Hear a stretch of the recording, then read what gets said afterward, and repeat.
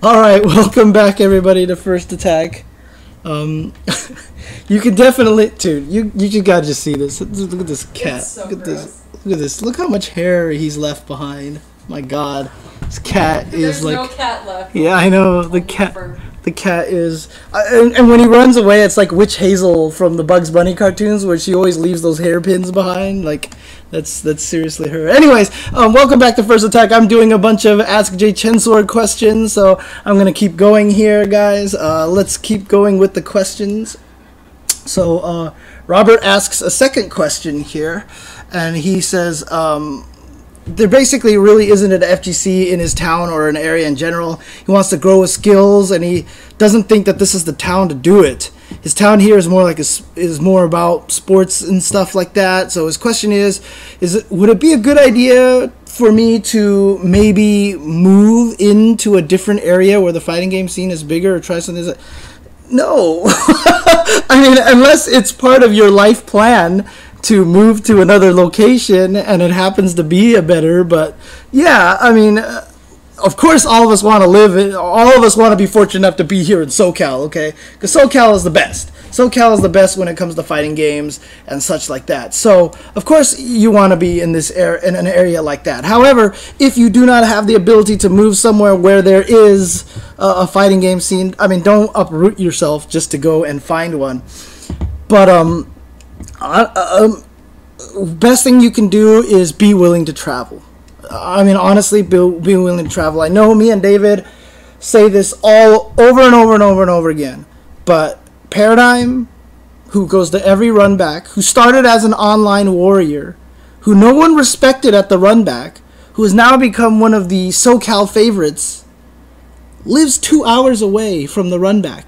And that's not even with traffic.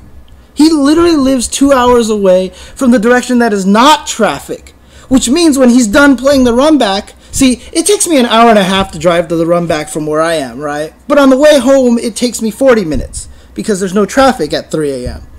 For Paradigm, he drives 2 hours to get there, and then when the run back is done, he drives 2 hours again.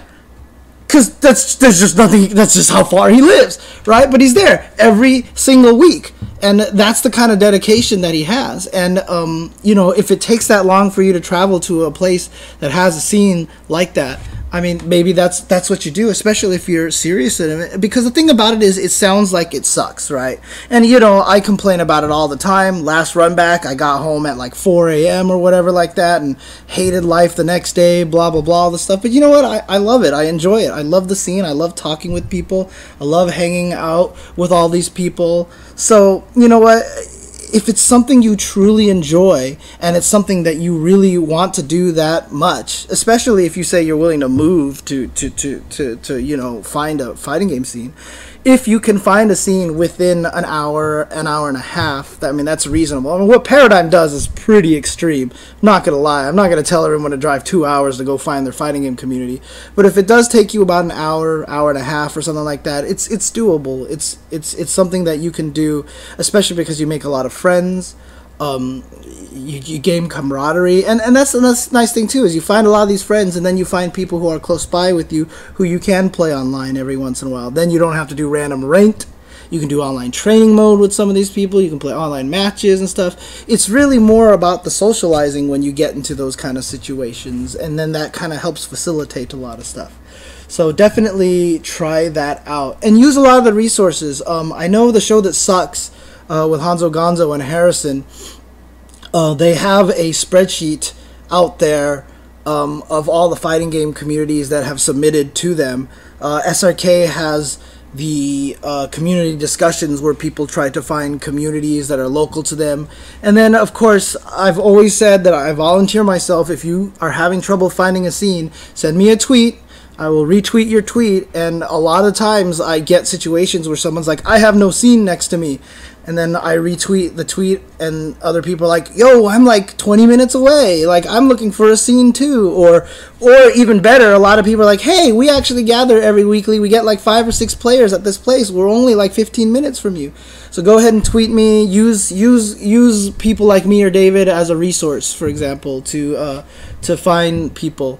And I mean, if that doesn't work, then play online. Then online is going to be your best bet. Of course, it's not going to be accurate, but you know, it's the best you're going to be able to do. So unfortunately, that's just the situation. So, and some people don't have online. Some people just don't have good internet connection, so that's not even an option for them.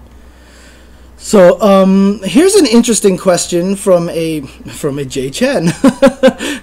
This is a question from me to myself. So he has a question here.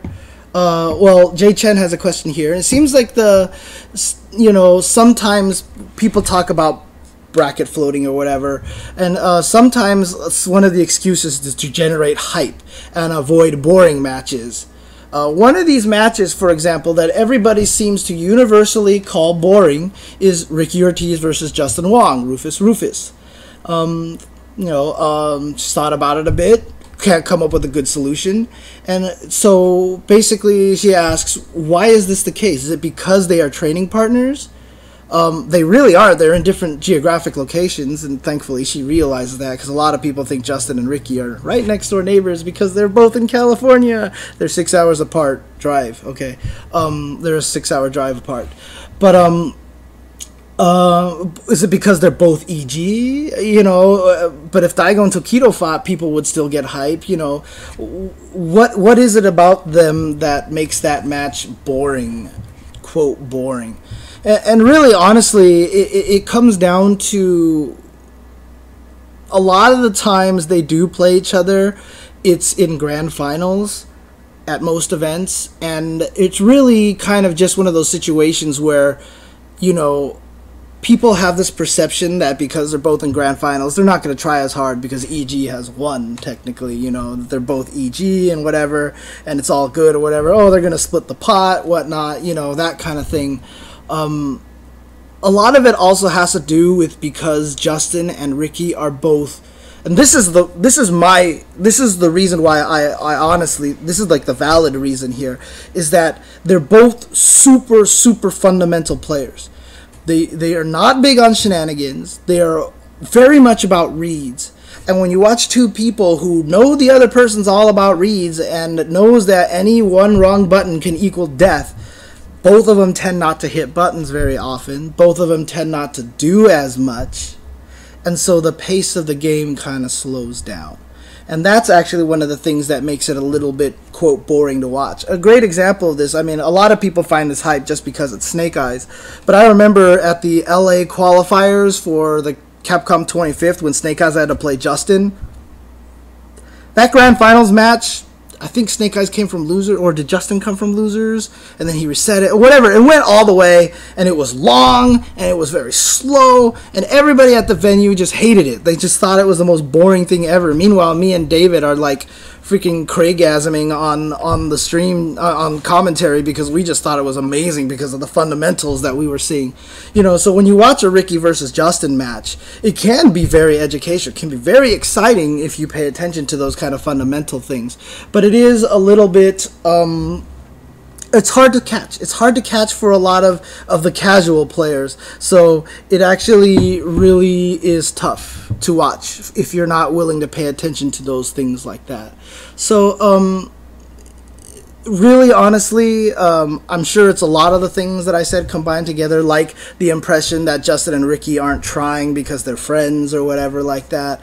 That definitely is a factor. But honestly, if you can look past all that stuff, and if you can, just get out of that mindset and really appreciate what they're doing, you can learn to appreciate a match like that. So it's hard, I'm not gonna lie. Even sometimes when I watch, dude, there was that one grand finals that we commentated, and they switched costumes and colors on us just to mess with us. They told us afterwards they literally did it to mess with us, and we were commentating the wrong person on whatever, and like it was kind of bad. But I'll admit it's not the most fun thing necessarily, but you can definitely appreciate it, and they're trying. Justin is always like, why aren't people ever excited whenever I play Ricky and stuff like that. So he wouldn't ask that question if he was just throwing it or whatever like that. So alright, so let's see here. William is asking a question about how to do Kara fireballs with Sagat. Okay, so this is kind of an execution corner question, so I'll skip that part, but he has a few other things. Jury, he says he has trouble fighting Jury. At full screen, Jury can reaction dive kick his fireballs.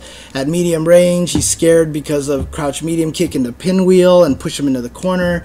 He just says that he just feels like he just loses to Jury when she gets really close. How does he deal with this character? Unfortunately, I don't really know the matchup very well. It's hard for me to give direct advice, but this is a good education kind of a thing. So just based off of paper, based off of what I know about the characters and stuff like that. Well, for one, if they're dive kicking your fireballs on reaction, you're throwing obvious fireballs, right? So basically what you want to do is they've got to jump. If they're a screen away and they're dive kicking your fireballs, they're doing the dive kick from pretty high up. Because if they're doing it from really low, it's not going to reach you.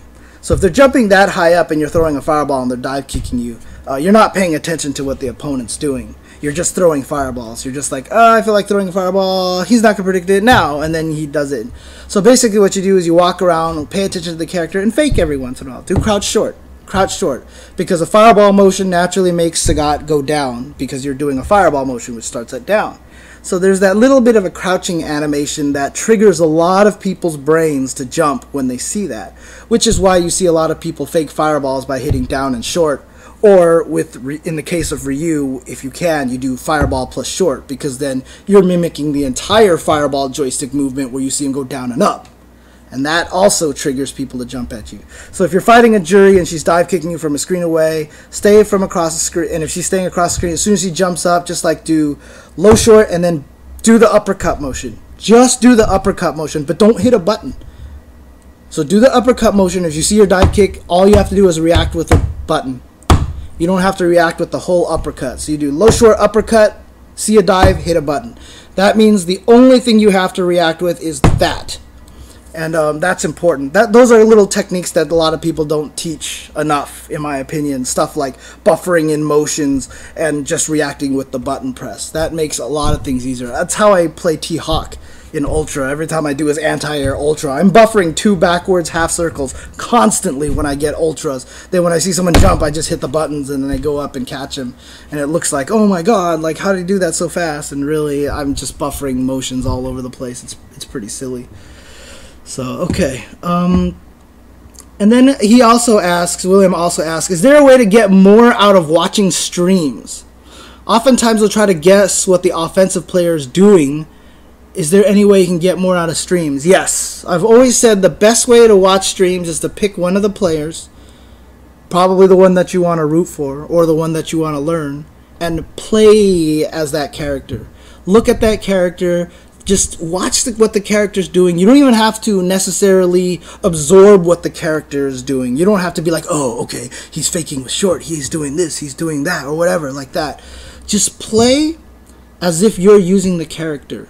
And every time he does something that you wouldn't do, that you find your brain going, whoa, he did that? Oh, that was really weird. Oh, whoa, how did he think of doing that? What made him think to do this? You know, as soon as you see those little triggers, because it'll happen. It'll happen that when you watch it, the person that you're watching, what character you're paying attention to is going to do something you're not expecting. And if it turns out to be like this amazing thing, then process that. Think about why it happened. Think about why he did that. And think about why it worked. And think about putting it into your game. It's easily one of the best ways to watch a match is always be on one person's side. It's like betting on a football game or a basketball game. As soon as you do that, you have more investment and you watch super carefully what one team is doing. If you have no vested interest in either one of them, you watch it and it's just like, it's a game, whatever, right?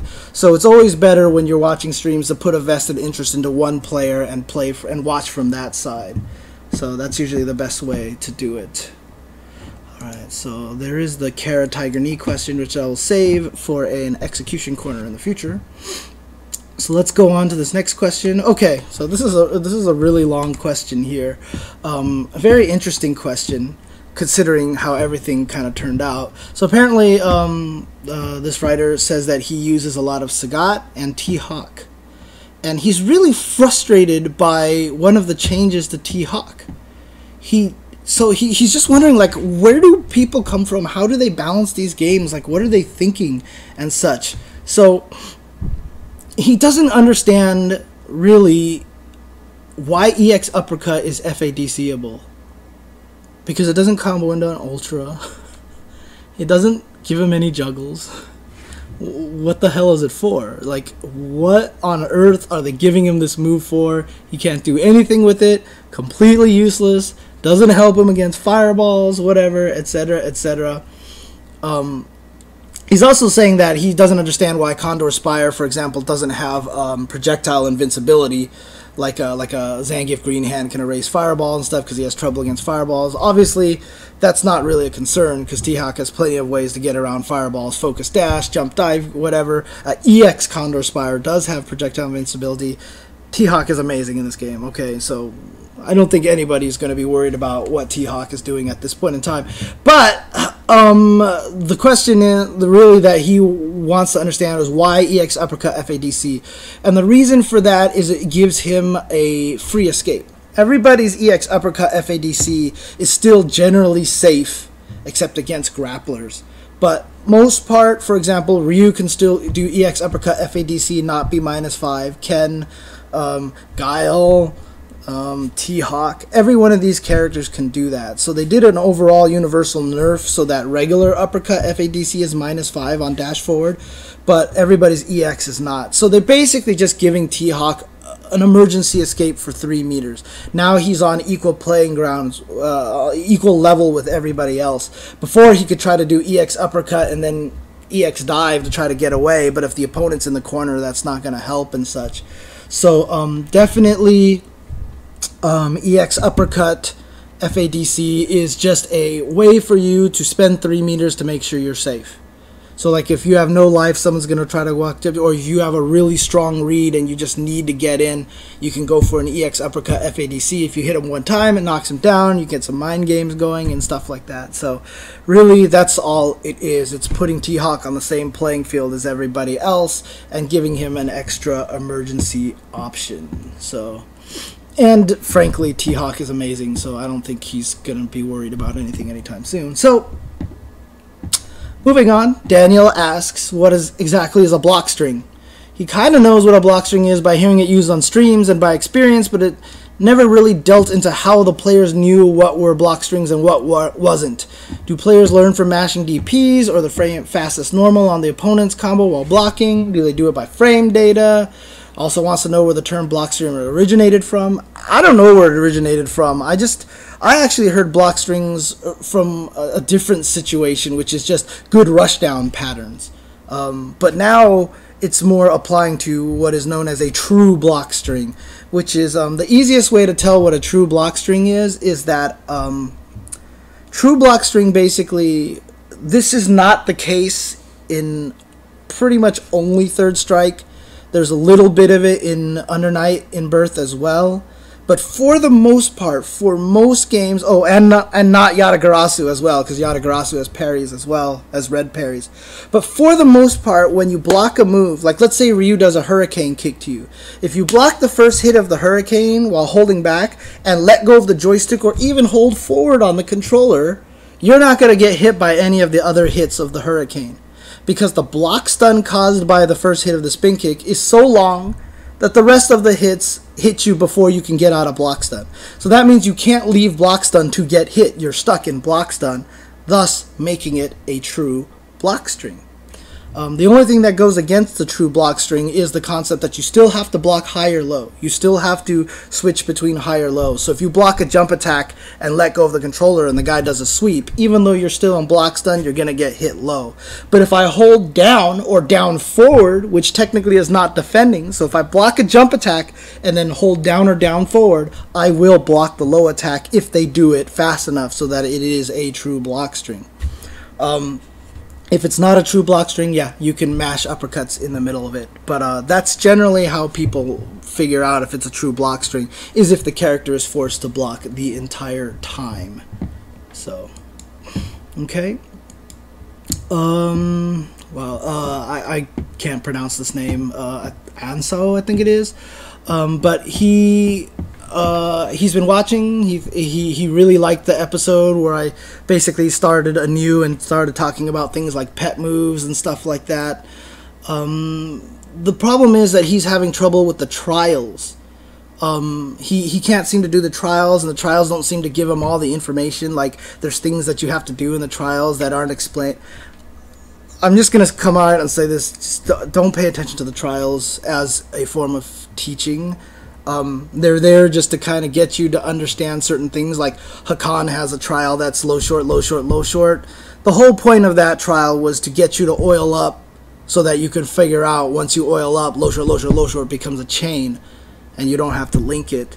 But outside of that, trials, just don't try to use trials as a means by which to learn or to figure stuff out. You're better off watching actual matches and figuring out when you see somebody do something, you're like, I don't know how to do that. Then go into training mode and try to figure that stuff out. But in general, trials I mean, they're fun. I just see them as a challenge. That's all I see them as, like challenge mode. Can you do these combos? But that's also probably because I played EX, and that's kind of how they treated the combos in EX. They weren't really there necessarily for education. They were just there to challenge you to see if you can do this, which is why some of the trials were like, you have infinite meter, try to stay in the air for 10 seconds, you know, stuff like that. So I wouldn't take trials too seriously, to be honest with you. So they're just there for you to challenge yourself in a lot of ways. Okay, so Brian asks, he was watching my video on reading the opponent, and he wants to answer. He would like me to answer the question about classifying a key moment. I just did an episode recently where I analyzed the match video and I talked about key moments. Again, 100% stole this term from Ryan Hunter. You can follow him on Twitter at @OSRyanHunter. He was at one point in time he did a lot of great educational videos, and he's a really fantastic commentator. He's kind of disappeared. I haven't seen much of him recently, but super smart guy, great teacher of fighting games, and he totally came up with the concept of key moments. But basically the best way to describe a key moment is a situation where both players are kind of forced into an action at the same time. That's kind of how I like to describe a key moment. We talked about EX uppercut FADC forward dash, right? EX uppercut forward dash -1, -2. So you can't really truly punish it unless you have an SPD. So let's say you're fighting against a Guile. He does EX flash kick FADC dash forward. As soon as he ends up next to you, something has got to happen. Someone's got to do something. And the something can even be both characters sit there and block because they're scared that the opponent is going to do something crazy. This is a key moment, for example. After the uppercut FADC dash forward, both characters are kind of in a situation where somebody has to do something. So this is kind of a key moment, and what that means is that the reason why key moments are important is because these are the situations that are going to come up a lot. These are the situations where the tide of a battle will turn. This is the situation where you start to come up with your reads. So if someone does uppercut, EX uppercut, FADC dash forward, uppercut again, you know, you realize that, and the next time that situation comes up, you know that they're aggressive, or you just even pick up in general, hey, this is an aggressive player. And so you can kind of build up these characterizations of people so that he's an aggressive player. Another key moment, one that Ryan brought up himself. Let's say someone jumps, you jump up and kick him out of the air, and you land right next to him, and the guy's about to land right next to you. Key moment. That is a key moment for both players, because when you land, you have to choose the block. You can choose the uppercut, but the guy who's landed first, who did the jump kick, has the option to dash under, go for an overhead, dash backwards to try to bait out an uppercut, block, try to do my own meaty EX uppercut that has more invincibility than yours. Key moment. When that player lands, kind of forced into a situation, both players have to decide on stuff, and those are where you get most of your reads from. Key moments are where you will suck most of your reads from. That is where you will get the most information out of your opponent and finding out what that character is like. Now the question I'm going to follow up that Brian did not ask is, doesn't that make everything a key moment? Because it just sounds like if both people are forced into action, well, everything's a key moment because you're always doing something, right? Not necessarily true. For example, if you're a screen away and someone throws a fireball at you and they stay back there, you can neutral jump it, you can focus through it, you can do all these things to it, but it's not necessarily a key moment because no one's really forced into anything. He can neutral jump it, nothing will really happen. There's no situation that occurred out of it. Another good example is, let's say someone does a meaty fireball on you and you get up and you block the meaty fireball and then they walk up to you and do like low strong into another fireball.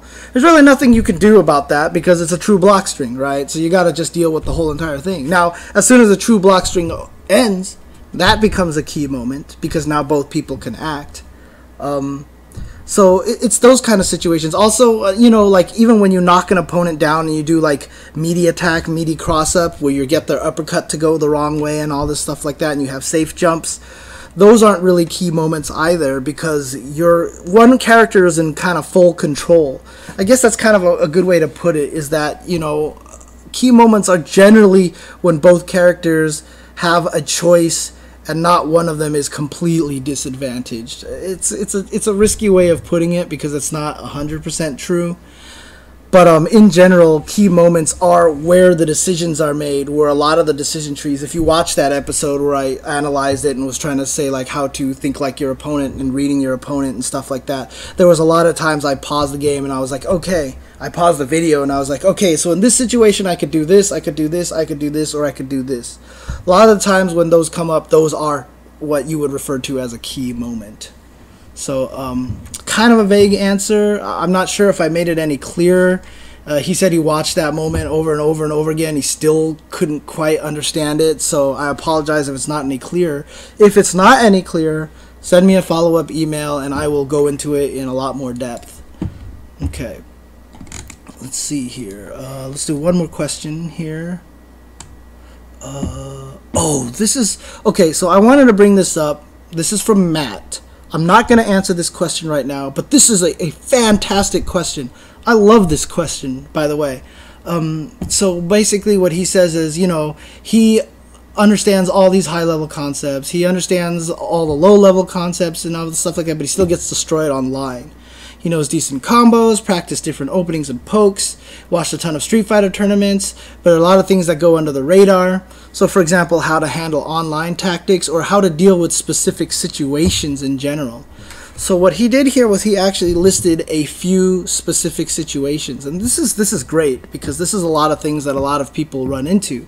For example, what do you do when an opponent just does a meaty level 3 focus attack on you? They knock you down, they do a meaty level 3 focus, and you just get beat up. Okay, this is kind of online tactics.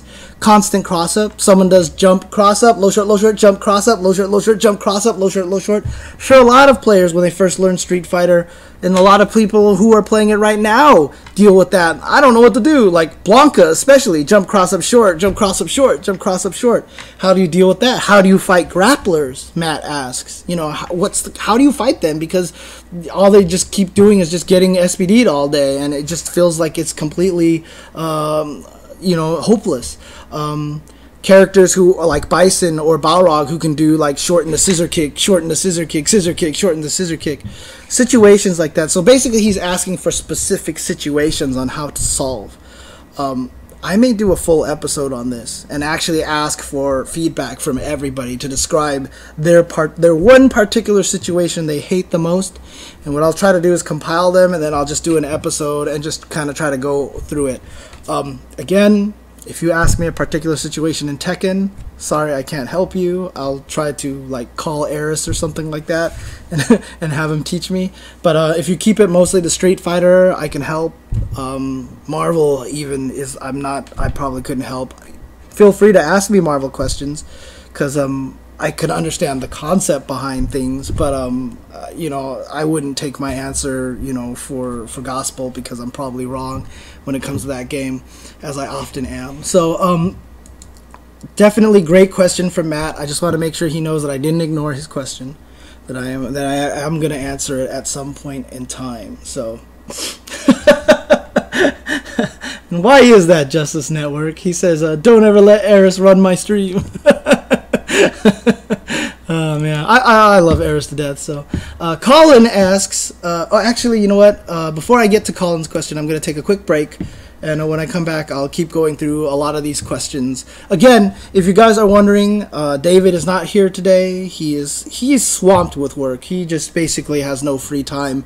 And taking the one day out of the week to do the Tuesday show pretty much is all he can afford, really. If you guys notice, I even went to the run back, by myself last week. David didn't come with me and stuff like that. So he's really busy, so there's no level 3 focus. So I'll be doing this for an extra like 30 minutes or an extra 40 minutes or so like that. So stick around, guys, and I'll answer some more questions when I come back.